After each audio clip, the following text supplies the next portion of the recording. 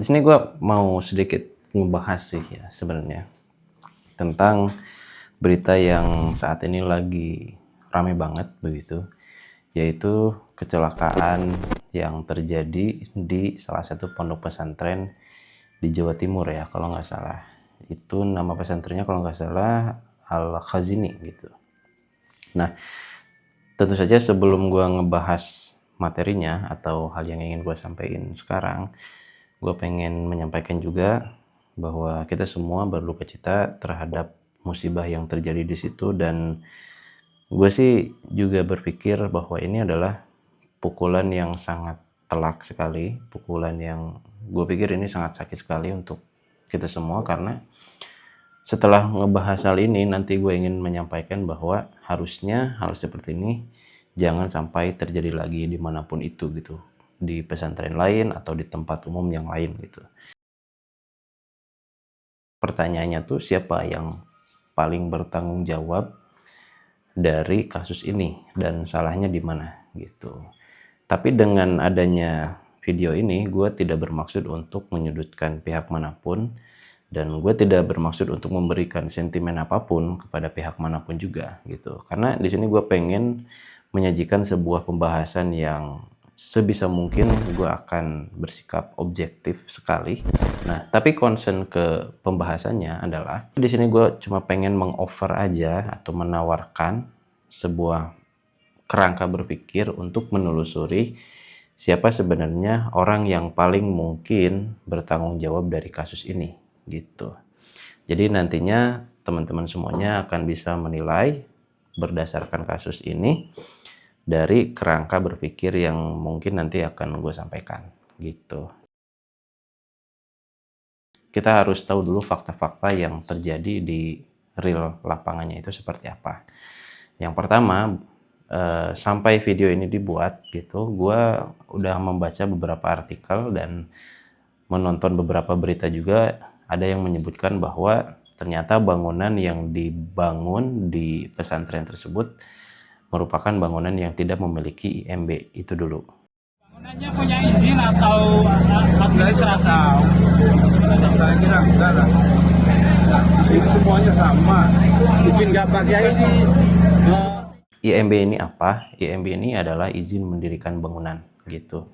Dan IMB ini didapat dari mana? IMB ini didapat dari institusi yang memiliki kewenangan untuk mengeluarkan IMB. Nah, sebenarnya bukan itunya yang menjadi titik terpentingnya pada saat kita memerlukan IMB, tapi proses pembuatan dokumen yang diperlukan untuk mendapatkan IMB itu sendiri. Sampai sini dulu gue pengen disclaimer sebenarnya. Gue bukan orang sipil, tapi gue orang yang sudah belajar arsitektur.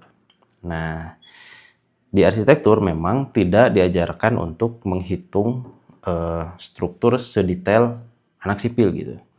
Tapi setidaknya kita pada saat belajar arsitektur dulu diberikan logic basicnya untuk mengetahui apakah bangunan ini strukturnya memenuhi atau tidak gitu. Gue nggak tahu apakah itu TV tertentu atau media tertentu, katakanlah kayak gitu. Ada salah satu tokoh di pesantren itu yang memang sudah memberikan pernyataan mungkin atau tanggapannya di atas kasus ini gitu.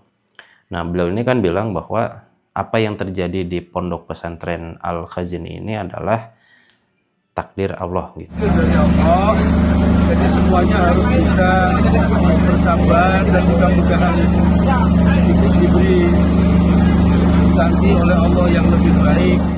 Apakah ini memang takdir dari Allah gitu? Ya, karena gue juga Muslim, gue sangat meyakini bahwa semua sesuatu di dunia ini yang terjadi itu ya memang takdir Allah gitu. Kita punya keyakinan yang sama, gue rasa, dalam hal itu. Nah, apakah ini adalah takdir Allah? Sebetulnya gue setuju. Apakah ini takdir Allah? Gue setuju. Ini adalah takdir Allah gitu. Tapi yang harus gue tambahkan adalah pada saat kita menyebut ini takdir Allah, sesuatu itu terjadi karena takdir Allah, pasti sebelum sesuatu itu terjadi, ada banyak sekali rentetan kejadian yang menjuruskan sesuatu itu harus terjadi sampai takdir Allah itu terjadi gitu. Jadi takdir Allah ini tidak mungkin terjadi kalau misalkan tidak ada hal-hal yang terjadi duluan gitu. Nah, sebenarnya kan yang harus dipermasalahkan ini adalah bukan takdir Allahnya yang sekarang menjadi kejadian sebagai musibah gitu. Tapi kan yang harus dibahas itu adalah penyebab-penyebab kenapa takdir ini bisa terjadi gitu. Nah, ini yang akan gue bahas sekarang. Ini yang akan gue tawarkan sebagai kerangka berpikir untuk menelusuri kira-kira siapa orang yang mungkin paling memiliki responsibility dalam kasus ini gitu, dan salahnya di mana gitu. Fakta yang ketiga, kita tahu bahwa bangunan ini adalah bangunan yang berdiri di lingkungan pesantren. Kenapa ini harus di-highlight gitu? Lingkungan pesantren ini, kata-kata lingkungan pesantren ini gue pengen kita semua menggarisbawahi dan meng-highlight ini semua. Kenapa? Karena gini, kita tahu ya bahwa lingkungan pesantren itu adalah lingkungan pendidikan gitu. Mungkin tidak bisa disamakan dengan pendidikan formal yang lain gitu. Tapi kita semua tahu bahwa pesantren ini adalah salah satu lembaga pendidikan ya. Yang mana lembaga pendidikan itu syarat dengan masalah keilmuan. Gue yakin semua orang pasti setuju dulu dengan konsep ini. Nah, lalu apa penekanannya dari pesantren ini? Nah, jadi gini. Gue pengen sedikit membahas ke samping, tapi ini masih linear. Nantinya ini yang akan menjadi kunci gitu untuk dasar pemikiran kita gitu. Gue yakin ya di pesantren itu kan pasti ada yang namanya kiainya, ada yang namanya ustadznya, guru-guru yang lain, lalu gue yakin juga pasti ada banyak santri-santri yang memang memiliki kemampuan yang tinggi gitu, kayak misalkan santrinya pintar, lalu menguasai banyak ilmu di situ. Nah, bagi kita seorang muslim, kita kan tahu tuh ada yang disebut dengan hadis gitu. Nah, hadis ini kan ada banyak ya derajatnya gitu, mulai dari yang paling sahih, kemudian ada yang hasan, ada yang dhaif, ada yang maudhu gitu. Nah, kenapa ini menjadi penting untuk dibahas? Karena ini akan menjadi dasar logikanya kita untuk mencoba menelusuri gitu. Nah, logikanya di mana? Logikanya itu, gue yakin orang pesantren itu pasti paham sama yang namanya keilmuan dalam sebuah hadis untuk menentukan apakah hadis ini sahih, hasan, dhaif, atau maudhu. Artinya, kalau misalkan hadis ini sahih, hadis ini adalah hadis yang paling bisa dipercaya, dikeluarkan oleh perawi-perawi yang paling terpercaya, kan gitu. Nah, logikanya gue tarik ke sini. Apakah pesantren, pengelola pesantren yang menginisiasi pembangunan ini memposisikan diri sebagai orang yang paling mengetahui pengetahuan sahih tentang pembangunan bangunan atau tidak? Gitu. Ini dulu. Ya. Kalau misalkan pihak pesantren ini memposisikan diri sebagai pihak yang tidak memiliki pengetahuan yang sahih terhadap bangunan, artinya mereka menempatkan diri sebagai orang yang dhaif, orang yang lemah untuk memiliki pengetahuan tentang pembangunan ini. Pertanyaannya, kenapa mereka tidak mencari orang yang punya pengetahuan sahih terhadap ilmu pembangunan? Gitu. Nah, tapi gue di sini bukan untuk menjustifikasi.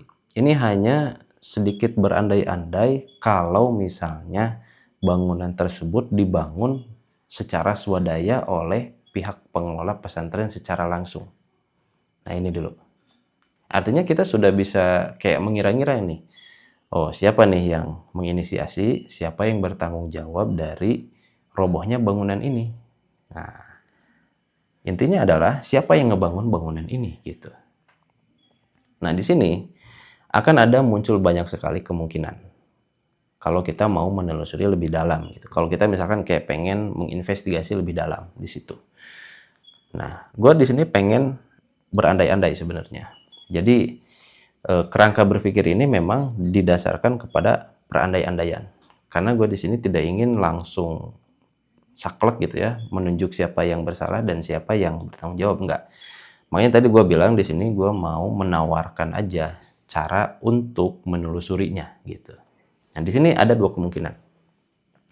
Kemungkinan yang pertama, apakah pesantren ini memang membangun sendiri dengan pengetahuan yang ada, dengan tenaga yang ada, dengan dana yang ada dan sebagainya. Artinya mereka swadaya, swakelola gitu.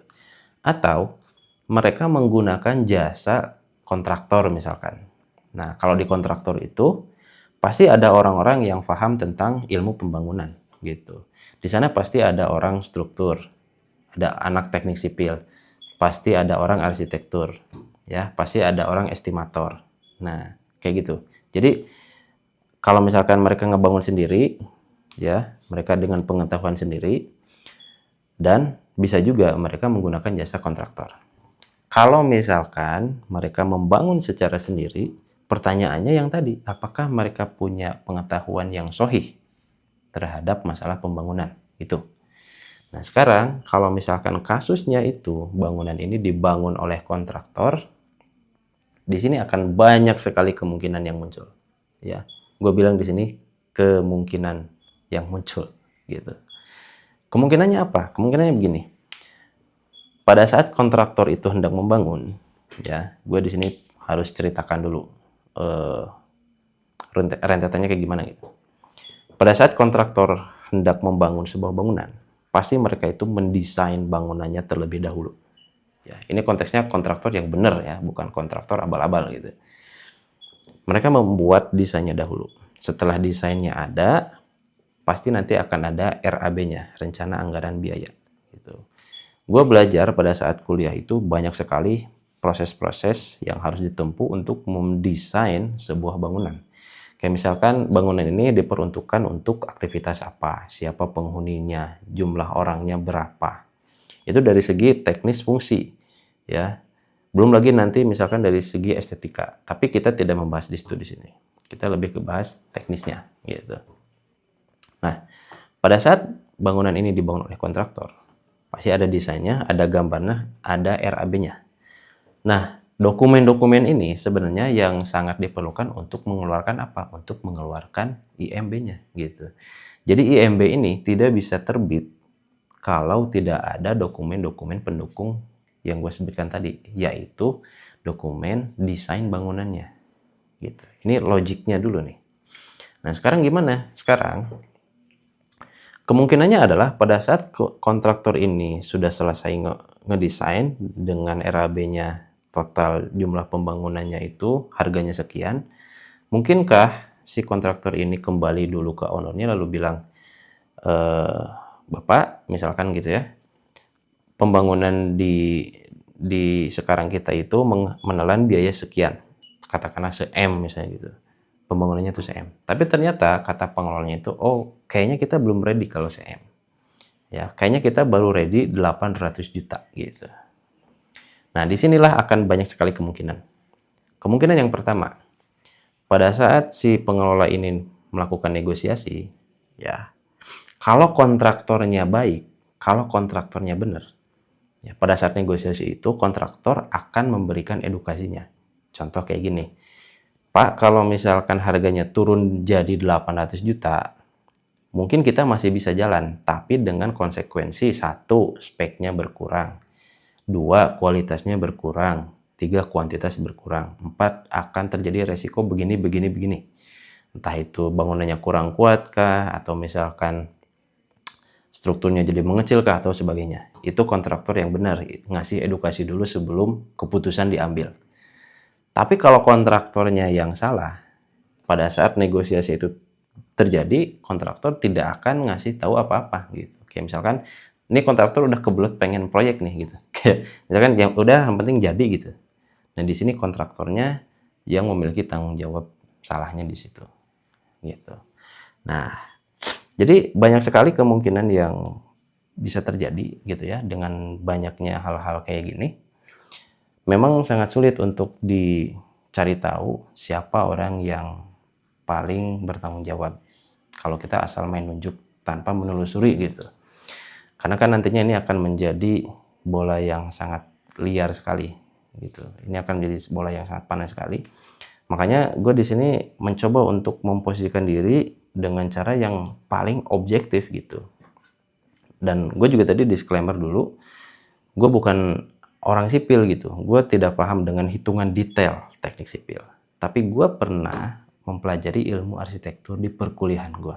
Karena dulu gue kuliah pendidikan arsitektur. Jadi at least gue paham sama yang namanya basic dari logiknya struktur dari sebuah bangunan gitu.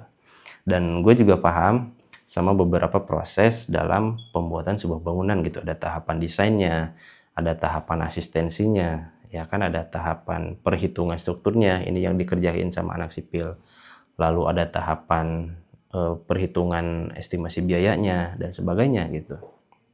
Nah, proses-proses inilah yang sebenarnya harus ditelusuri apakah ini udah ditempuh dengan baik atau tidak.